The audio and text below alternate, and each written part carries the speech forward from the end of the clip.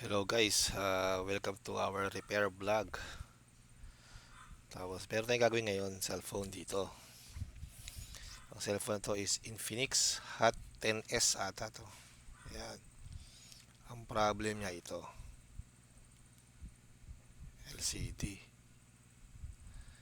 So may password, di natin alam. So pinapapalitan to ng customer. Ayan. Then, meron na silang available na LCD na dinala. Ayan. Ito, itong LCD na to is compatible sa Smart 6 Plus, Hot 10S, Hot 10T, Spark 7F. Pero may nasuot pa sa likod dito, ang dami eh.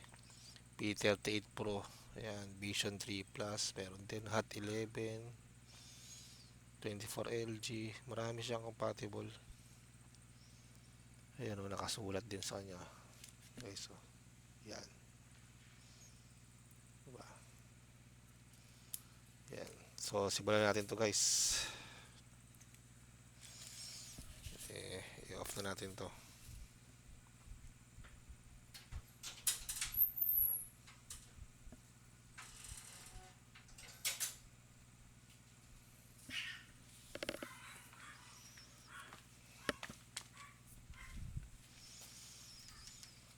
Kuha tayo ng pantungkab ng SIM card tray.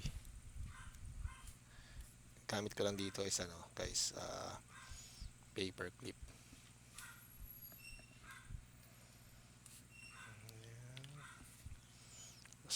Sisimulan natin dito sa may SIM card tray. Diyan natin itong kabin guys. Gamit tayo ng spatula, metal prier.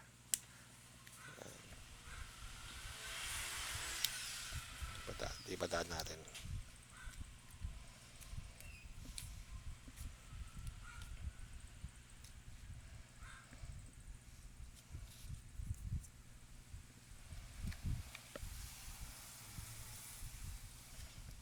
Yan.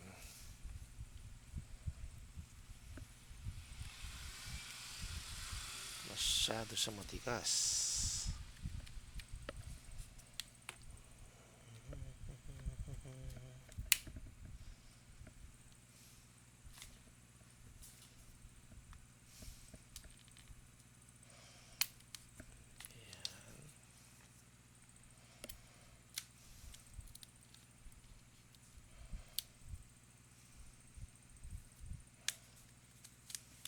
Sa inyo guys, sa madilim ha. Madilim tong peso rito sa baba. Sa garahe namin yan.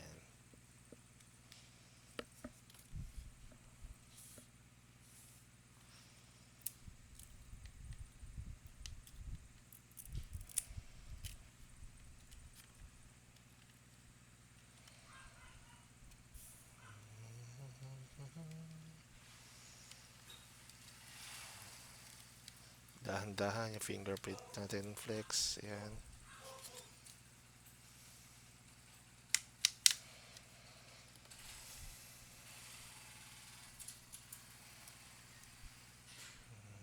Yun.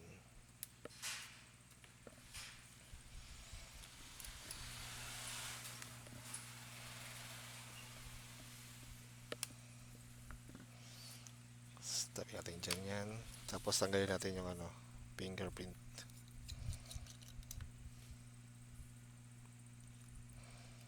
Nakaangat agad ah. Siguro sa paghatak ko yan umangat.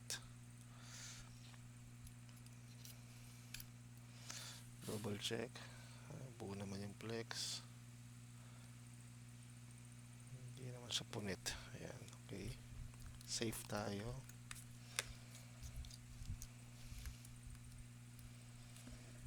Baklas lang.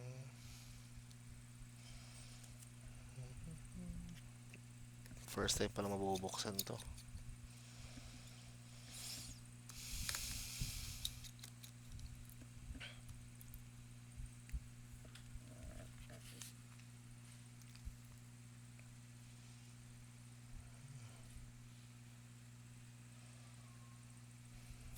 Parang walang mga tornilyuhan ah. Nakatago lang sa sticker. Tingnan natin.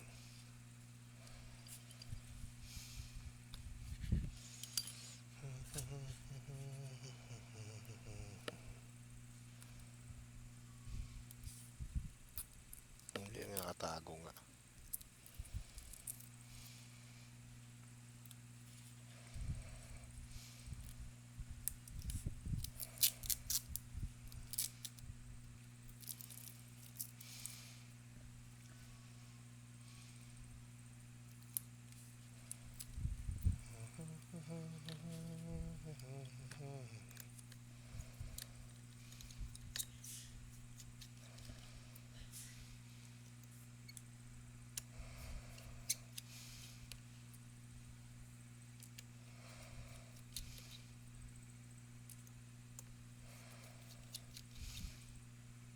Kala ko iilan lang ang tornilyo eh.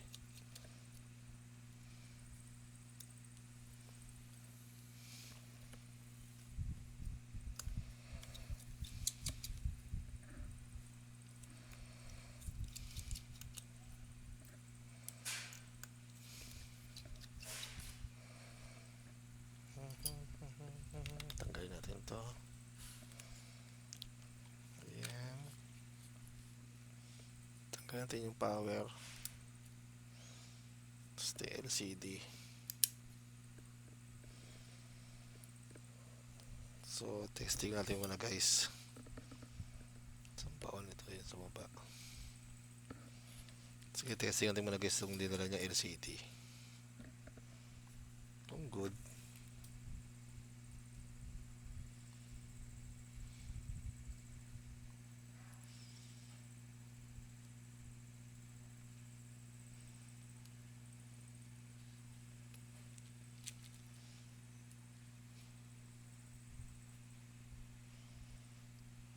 Sakot natin yung battery. Tapos on natin.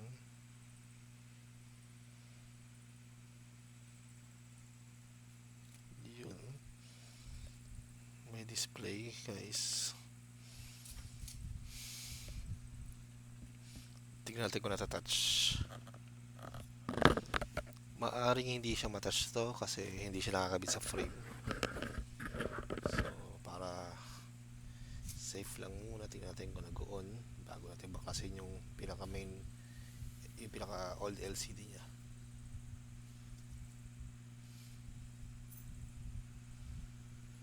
Yan ang tingnan natin.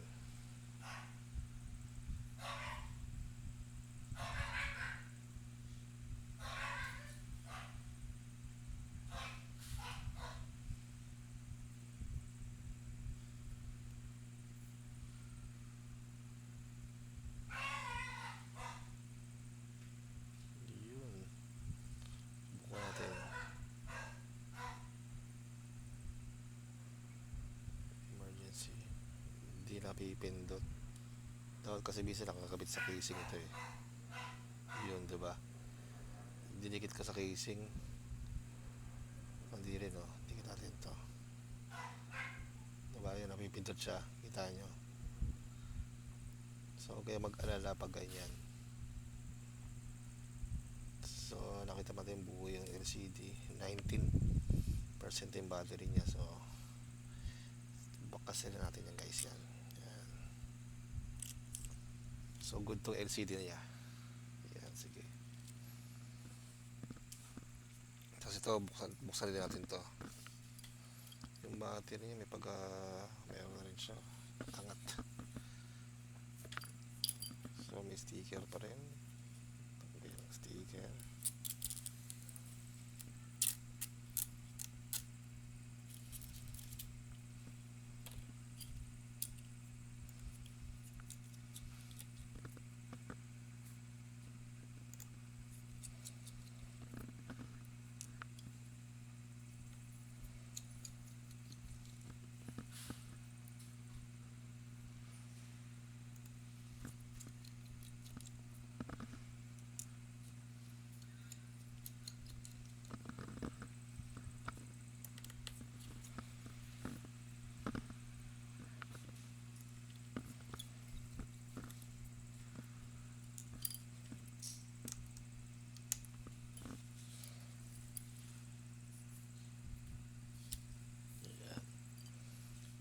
Sa baba, tapos tatanggalin pa natin dito guys yan to. Kasama sa LCD yan to. Kasama sa LCD yan. Ayan. Kung makikita nyo rito sa replacement, ito yun. Ito yung sa taas. So ngayon, tanggalin natin yung battery.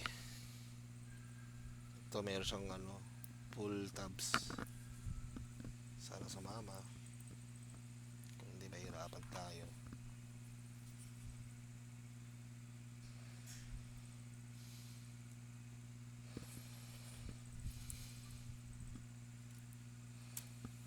Yun lang. Tanggal na.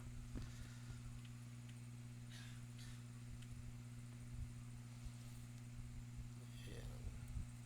Tubukan natin yan. No, wala. So gagawin natin guys, patakan natin ang lacquer thinner. Pwede rin alcohol dito guys, para lumambot yung adhesive. Tapos gamit tayo ng spatula, metal pry tool. Pero ikatingatan natin guys na magpasugatan yung battery ha. Baka mamaya masundot nyo, magdikit pa, short, sunog. Ito mo, tanggal agad yung battery.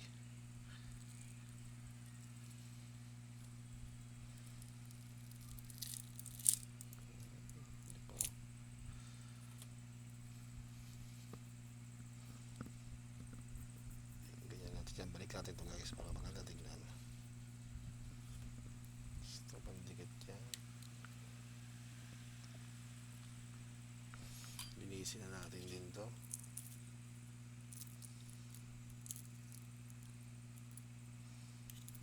Para pagbalik ng battery, makapit. Mas makapit pa sa jowa nyo guys. Yan. Tapon lang natin to mga pandikit na to.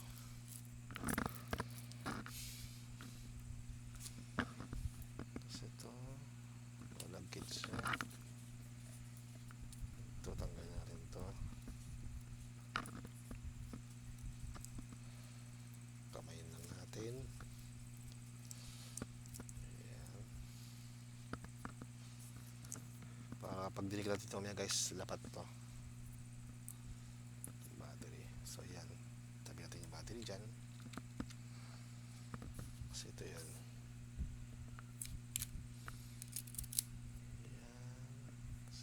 Ito, tanggalin din natin tong antenna cable. Yan, para pag dinusot ito isa, diretso matanggal. So parang napalitan na yung LCD dito, or hindi, parang hindi pa rin kasi may uwang dito. Gamit naman tayo ng plastic guys, pantong ka ng plastic. Yan, ito. Taas tong kabin. Oops, mabilis na maangat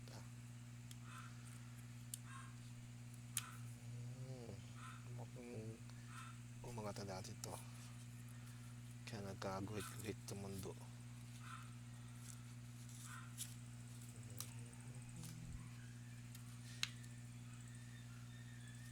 Yan.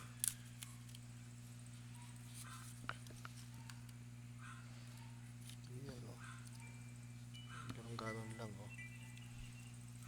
Uy, nag-a-alarm na, inamdam na daw ako ng gamot. Ano ba to?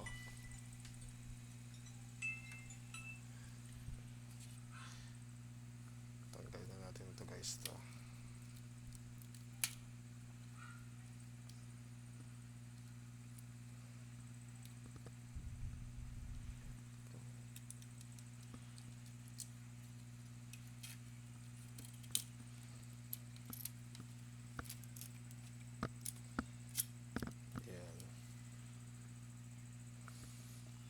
Mga ta siguro dati ito, didikit na lang to, pinadikit nila. Pero ito pa rin yung original LCD oh. Kasi may history ako nakita dito, ebidensya ng pandikit. Yan oh.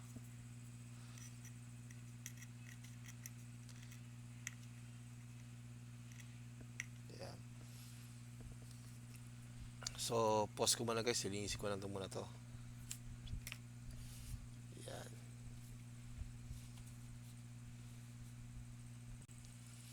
Muli tayo nagbabalik guys. Yun. Tara, balik kalikot tayo ulit. Yan.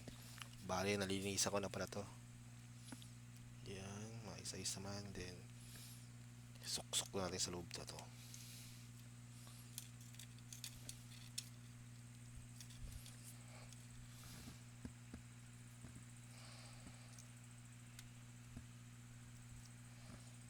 Lagyan ko muna kaya ng pandikit. Bago natin magsuksukan. So, ito yung B7000 natin na pandikit. Nakalagay sa toothpaste squeezer. Ayan. Kasi paubos na siya. Pero actually, meron pa tayong sobra. Pumili tayo ng bago. And okay. Almost 1 year din to na nagapit. Ayan. Magdikit na tayo guys.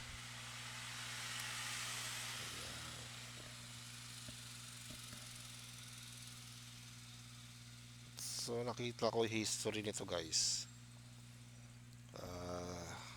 Una siguro to umangat na yung LCD nito kasi parang panis na yung pandikit niya dati, yung pinaka factory seal niya parang panis na. So umangat yan, tapos nagpapalit ng nagpadikit siya sa iba. Ayan, di ko alam kung sa akin ba o sa iba. So nagpadikit yan. Alam nyo guys, paano ko nalaman?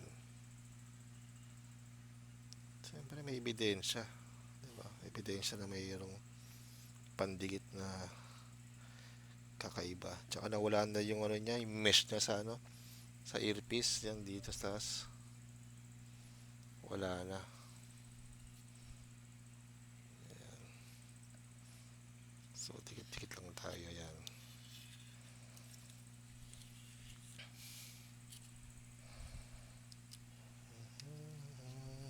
Yan.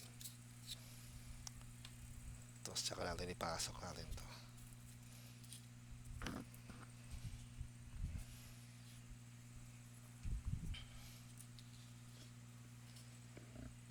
Yan, dahan-dahan.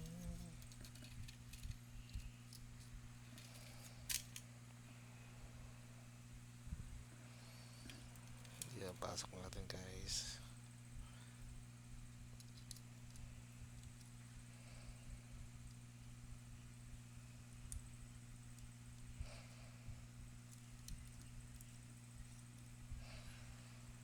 Yan oh. Lapat naman siya guys. Yan. Lapat. Ayan. Okay naman yan. Tapos ito kasi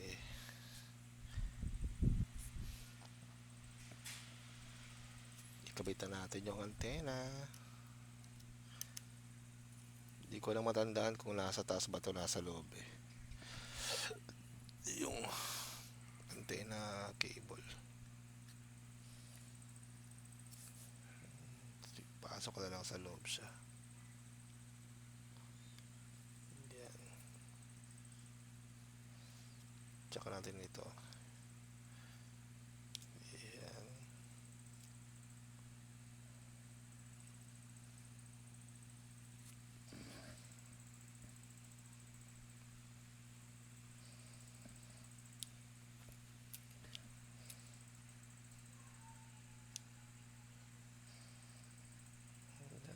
Dapat naman ito guys, to idikit natin.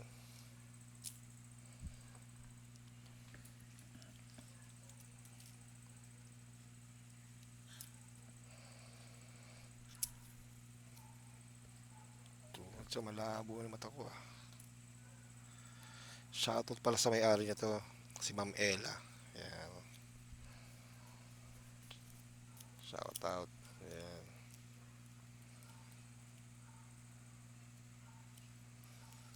Sana naman po magpagawa naman kayo ng iba, printer o kaya laptop, desktop, yan.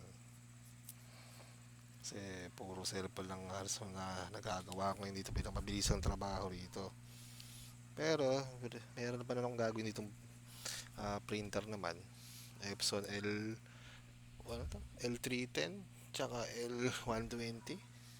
Yan, may nakapending ako dyan. So dikit na naman natin to guys, yung battery naman natin. Yan. Yan, dikit natin yan. Yan.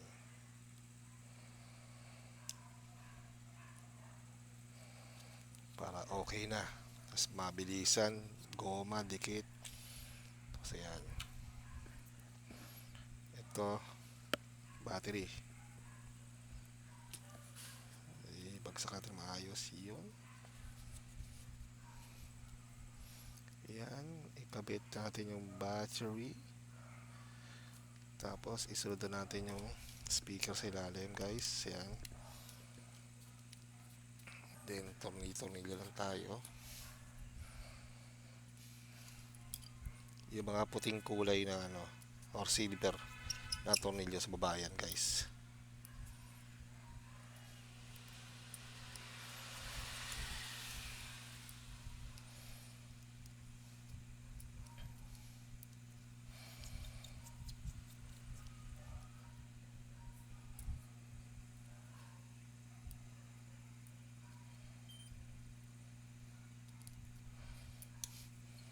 Papansin nyo ba na ito pa rin ang suot ko guys sa mga ina-upload kong video.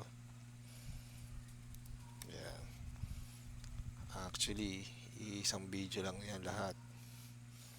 Naka-schedule lang siya guys. Ang pag ano, pangpapalabas sa YouTube. Yan. Kaya pansin nyo, minsan isang upload ko, tapos next upload ko, ganun pa rin yung damit ko. Tapos next upload ko, ganun pa rin yung damit ko. Kasi guys, lahat ng video na yan, gawa sa isang araw lang. Tapos naka-schedule lang yan kung anong araw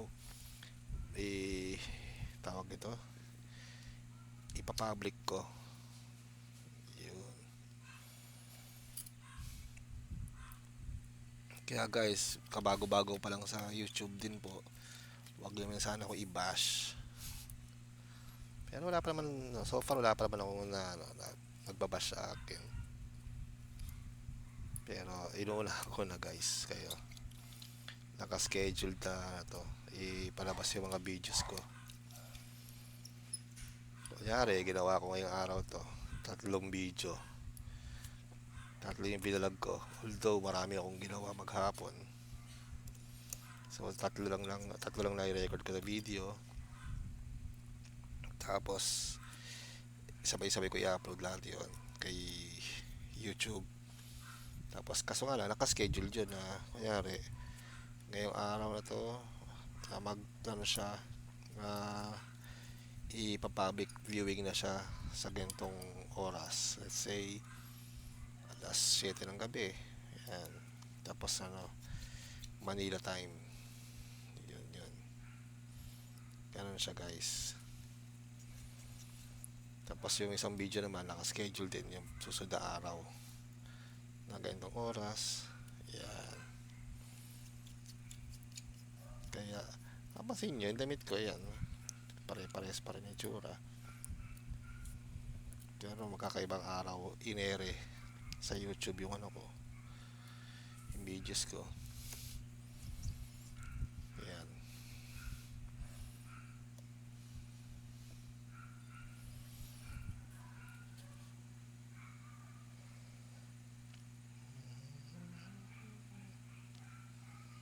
Ay, isang tornilyo pa. Saan galing yan? Ito sa loob. Kala ko nanganak na naman yung tornilyo eh. Yan. Tapos si fingerprint, huwag kalimutan. Yan. Kabit sa flex.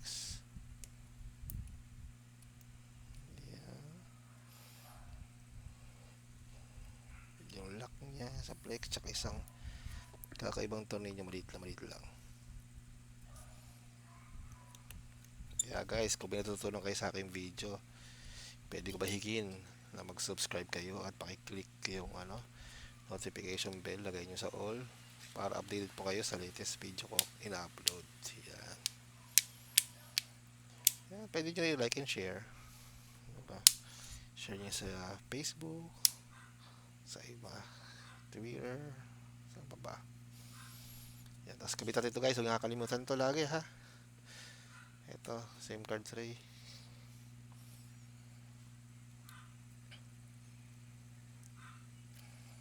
Tapos nasan yung basahan natin yan. Lagyan natin lang kartina ng basahan. Punasan natin guys yung mga sobrang pandikit. Yan.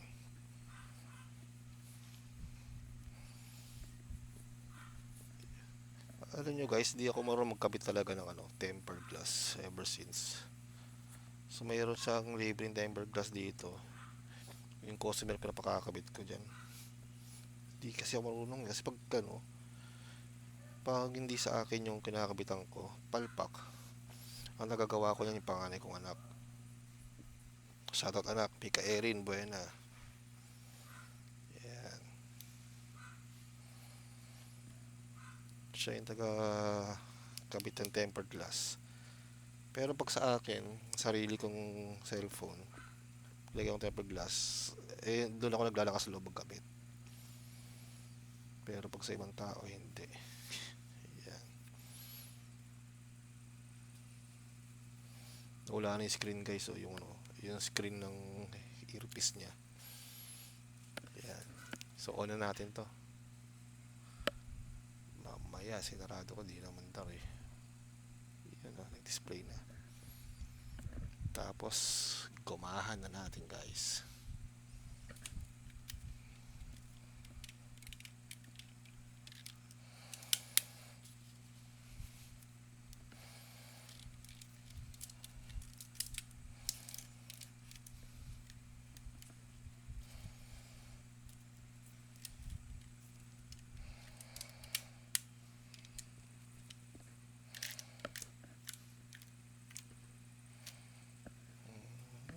Volume gumagana naman. Yan, volume down. Yan na. So, yan guys, ang susulat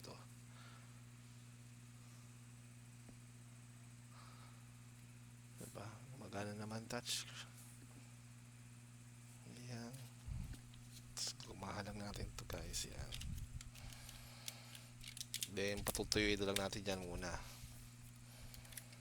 So i-update ko lang si customer ko na patutuyin ko na to, then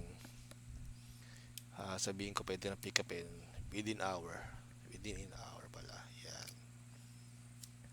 Kasi ang curing time na pandikit talaga nito, the best is 1 to 2 hours talaga.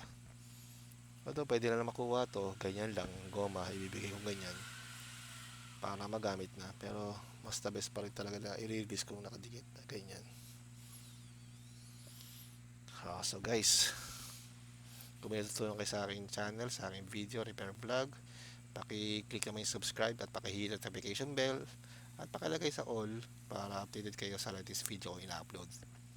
So guys, hanggang sa muli, paalam.